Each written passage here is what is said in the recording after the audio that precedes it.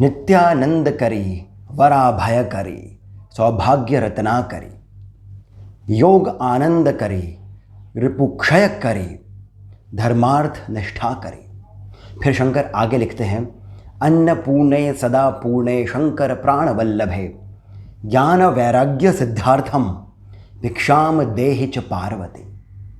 इतना सुंदर ये देवी अन्नपूर्णा का स्तोत्र है। और जो अंतिम के जो भाग है, अंतिम की जो पंक्तियां हैं, ये तो स्वयं में ही मंत्र है। पूरे भारत में देवी अन्नपूर्णा की पूजा होती है और विशेषकर दक्षिण भारत में तो इन दोनों जो अंतिम के जो दोनों भाग हैं, इनकी तो प्रतिदिन मंत्र जाप होते हैं। परंतु बात यहाँ पर अब ये आती है कि क्या हमें देवी अन्नपूर्णा के बारे में पूर्णता के साथ में बात पता है या नहीं?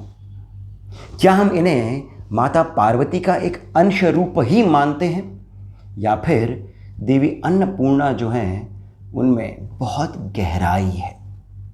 देवी अन्नपूर्णा का जो रहस्य है, वही रहस्य आपको धर्म अर्थ काम मोक्ष इन सभी की प्राप्ति करा सकता है। और इसी कारण हम इस चैनल पर देवी अन्नपूर्णा के बारे में चर्चा करते हुए 2 भागों में हम इस श्रृंखला को लेकर के आए हैं, 2 भागों की। आज के इस वीडियो में हम बात करेंगे पुराणों की एक कथा को, वहाँ से हम एक कथा लेंगे और फिर हम बात करेंगे उपनिषदों में से, तैत्तिरीय उपनिषद में से क्या कहा गया है अन्न के बारे में। वहाँ से हम देवी अन्नपूर्णा के उस रहस्य को समझने की चेष्टा करेंगे। अगले भाग में, अर्थात अगले वीडियो में, हम तैत्तिरीय उपनिषद, वहाँ से एक बहुत ही गहरा सा, एक बहुत ही गूढ़ सा एक रहस्य लेकर के आएंगे, जिससे एक कथा भी जुड़ी हुई है।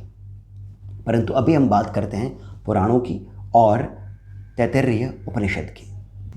लिंग पुराण में कथा आती है जिसमें महादेव और देवी पार्वती कोई एक खेल खेल रहे थे। फिर उसमें से भगवान विष्णु ने महादेव का साथ दिया, जिस पर देवी पार्वती थोड़ी सी रुष्ट हो गई। और फिर महादेव और देवी पार्वती की कुछ बातचीत भी हुई। इसको मैं संक्षिप्त रूप में आपके सामने रख रहा हूँ। वो जो बातचीत हो रही थी, उसमें बातों बातों में महादेव ने ये कह दिया कि ये जो पूरी माया है, ये तो पूरी सृष्टि है, ये सभी मिथ्या है, झूठ है। यहाँ तक कि ये जो अन्न है, अन्न जिस पर सभी जीव जंतु निर्भर करते हैं, वो भी मिथ्या ही है। जब ऐसा बोल दिया देवी पार्वती को, तो देवी पार्वती को पहले तो इस बात पर संदेह हुआ कि महादेव ने क्या यही कहा है, क्या वे यही कहना चाहते थे। तो उन्होंने महादेव से पुनः प्रश्न किया कि आप ये कहना चाहते हैं कि ये सब कुछ जो है, ये सभी मिथ्या है, ये सभी पूरी सृष्टि जो है, ये पूरा संसार जो है, पूरी प्रकृति जो है, ये मिथ्या है, अर्थात मेरी बनाई हुई ये पूरी सृष्टि मिथ्या ही है, झूठ ही है। यहाँ तक कि जो अन्न है, जिस पर सारे जीव जंतु निर्भर रहते हैं, वो भी मिथ्या है। क्या आप ये कहना चाहते हैं? महादेव ने कहा, निसंदेह यही है, यही सत्य है, सब कुछ झूठ है, मिथ्या है। अब ऐसा कहकर महादेव तो चल दिए अपनी तपस्या के लिए। परंतु देवी पार्वती जो स्वयं प्रकृति है, वे इस बात को किस प्रकार लेती? उन्हें बुरा लगा। उन्होंने कहा, ठीक है, अब आपको ये मिथ्या ही लगता है तो इस मिथ्या को मिट ही जाने दो। ऐसा कहकर देवी पार्वती अदृश्य हो गई। अब महादेव थे तपस्या में लीन। सभी देवतागण भागे भागे आए महादेव के पास, कहा, त्राहि माम महादेव रक्षा करें। महादेव ने कहा, क्या हुआ? उन्होंने कहा, हे देवों के देव, पृथ्वी पर अन्न सब ओर से समाप्त हो गया है। कोई भी मनुष्य स्वयं के लिए भी अन्न नहीं निकाल पा रहा है, तो वो यज्ञ हवन कैसे करेगा? और जब वो यज्ञ हवन कहीं पर भी नहीं कर रहा है, पृथ्वी पर कहीं भी हवन इत्यादि नहीं हो रहे हैं, होम कहीं नहीं हो रहे हैं, जिससे हमारी स्वयं की भी जो शक्ति है वो क्षीण हो रही है, क्या करें हम? कुछ तो करिए महादेव। महादेव ने ध्यान लगाया तो पाया कि ये सारी बात तो सच है, परंतु ध्यान में ही उन्हें एक और बात दिखी। उन्हें दिखा कि काशी में एक स्थान पर अन्न मिल रहा है। महादेव समझ गए कि पूरी कथा क्या है। महादेव उस स्थान पर पहुंच गए जहां पर लोग लगे थे पंक्ति में, अन्न मिल रहा था। महादेव भी पंक्ति में लग गए, हाथ में भिक्षा का टोकरा, कटोरी भिक्षा की। जब उनकी बारी आई तो सामने देखा अत्यंत सौंदर्य से परिपूर्ण एक मनमोहक मुस्कान लिए हुए एक देवी, वे सभी को अन्न दे रही है। महादेव समझ गए यही तो मेरी प्राण वल्लभ है, यही तो मेरी पार्वती है। वे पहुंचे, भिक्षा का कटोरा सामने रखा और देवी पार्वती को अन्नपूर्णा कहा, क्योंकि उस समय वही अन्न की देवी थी। अन्नपूर्णा कहा और कहा कि आपकी जो बात थी वो सत्य थी, जो मैंने कहा वो सत्य नहीं था। ये जो जगत है, सृष्टि है, ये मिथ्या नहीं है। इस प्रकार से देवी अन्नपूर्णा का भी पुराणों के अनुसार प्रादुर्भाव होता है। इसी प्रकार से देवी अन्नपूर्णा का अवतरण होता है। अभी कथा तो यहाँ पर समाप्त हो जाती है। बहुत सुंदर सी कथा है ये, परंतु क्या हमने इसके भीतर के भाव को समझा है? वो जो बात इस कथा में कही गई है, क्या हमने इसको समझने की चेष्टा करी है? यहां पर द्वैत भाव से अद्वैत भाव की बात कर दी गई है। द्वैत भाव अर्थात मैं और ये संसार, भगवान और मैं, ये जो बातें आ रही हैं यही द्वैत है। और यहीं से ही आप सिद्ध कर पाते हैं अद्वैत को भी। देवी जो हैं यही परा है, यही परब्रह्म है, यही बिंदु रूपा है। वो बिंदु रूप जिसमें शिव और शक्ति एक साथ रहते हैं, इनमें कोई भेद नहीं है। परंतु जब यही देवी, यही शक्ति जब माया का रूप लेती हैं, प्रकृति का रूप लेती हैं, तब यही द्वैत हो जाता है। प्राणियों के लिए, जीवों के लिए इन्हीं के माध्यम से हम उस बिंदु तक पहुंच सकते हैं। द्वैत से ही हम अद्वैत तक पहुंच सकते हैं। यही देवी अन्नपूर्णा की कथा बताती है। परंतु यहाँ से वो गूढ़ रहस्य हम नहीं समझ पाएंगे। यहाँ से हम चलते हैं अब तैत्तरीय उपनिषद के भृगुवल्ली की ओर। भृगुवल्ली में अष्टम अनुवाक और नवम अनुवाक, इनमें कुछ बातें आती हैं। परंतु उससे पहले एक कथा है जो हम सभी को सुननी चाहिए। अब इस भाग को आप ध्यान से सुनेगा। कथा कुछ इस प्रकार है कि वरुण देव के एक पुत्र थे भृगु। भृगु ऋषि के बारे में हम सभी जानते ही हैं। एक बार इनके मन में जिज्ञासा हुई ब्रह्म को जानने की। अब चूंकि वरुण के ही पुत्र हैं, वरुण स्वयं ही तत्वज्ञाता है, तो उनके पुत्र में भी बहुत ही नैसर्गिक सी बात है कि ऐसी एक जिज्ञासा उत्पन्न हो ही जाएगी। तो भृगु पहुंचे वरुण के पास और कहा, पिताजी मुझे ब्रह्म को जानना है, कृपया ज्ञान प्रदान करिए। तो वरुण ने कहा, ठीक है, पहले तुम ऐसा करो, यम और नियम का पालन करते हुए कुछ समय स्वयं के साथ ही व्यतीत करो, फिर तुम मेरे पास आना। अब भृगु ने ऐसा ही करा, यम नियम का बिल्कुल एक निष्ठा के साथ में पालन किया। उसके बाद वे आए वरुण के पास और बोला, पिताजी मुझे ब्रह्म का ज्ञान प्राप्त हो गया है। वरुण ने पूछा, बताइए क्या है?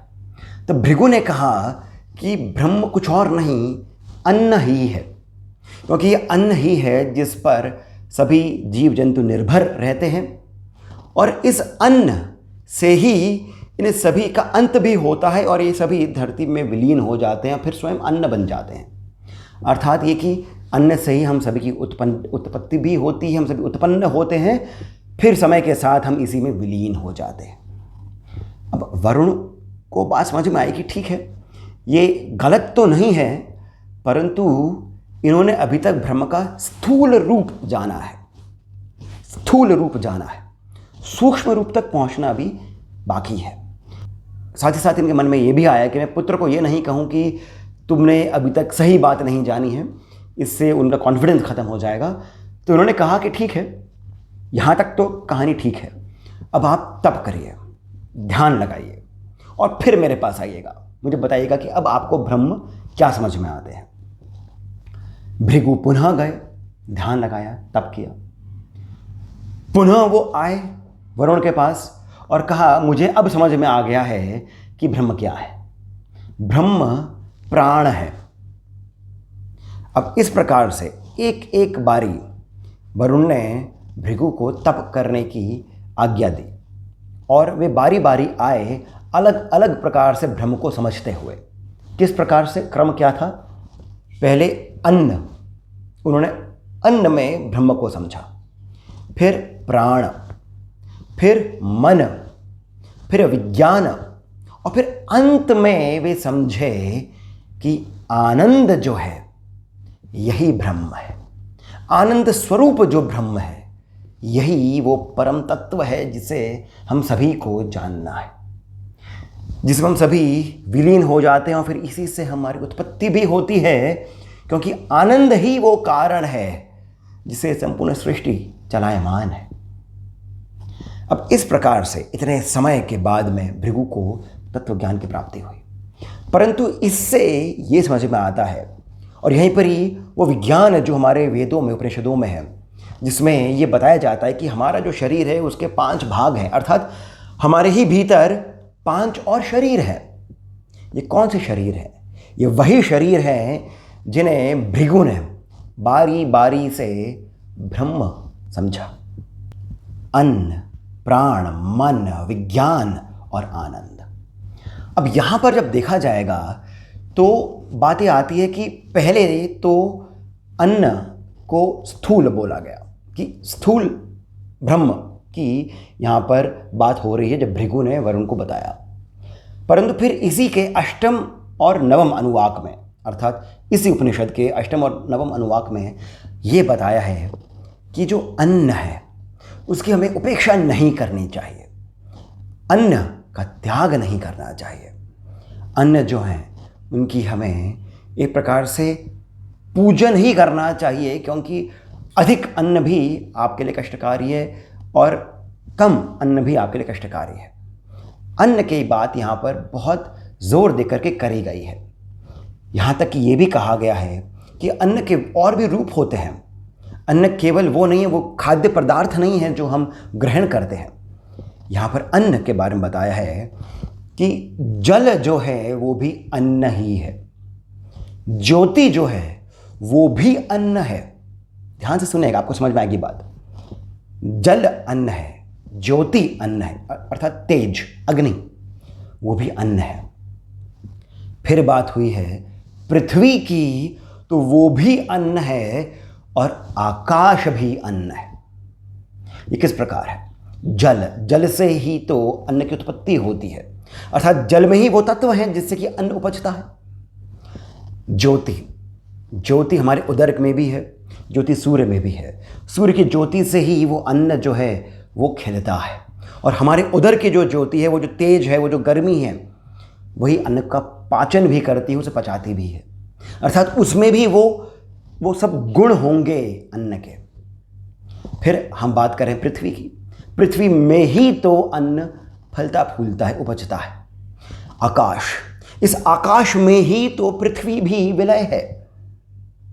इसीलिए कितनी गहरी और साइंटिफिक बात करी है कि अन्न जो है, ये सारे कोश जो हैं हमारे, पंचकोशी जो शरीर है, इसमें पहले ब्रह्म की खोज करी, फिर बाद में ये भी कहा कि अन्न जो है, ये जो पंच महाभूत हैं, ये जो सभी बताए गए हैं, जल आकाश इत्यादि, ये जो पंच महाभूत हैं, ये भी अन्न रूपी ही है।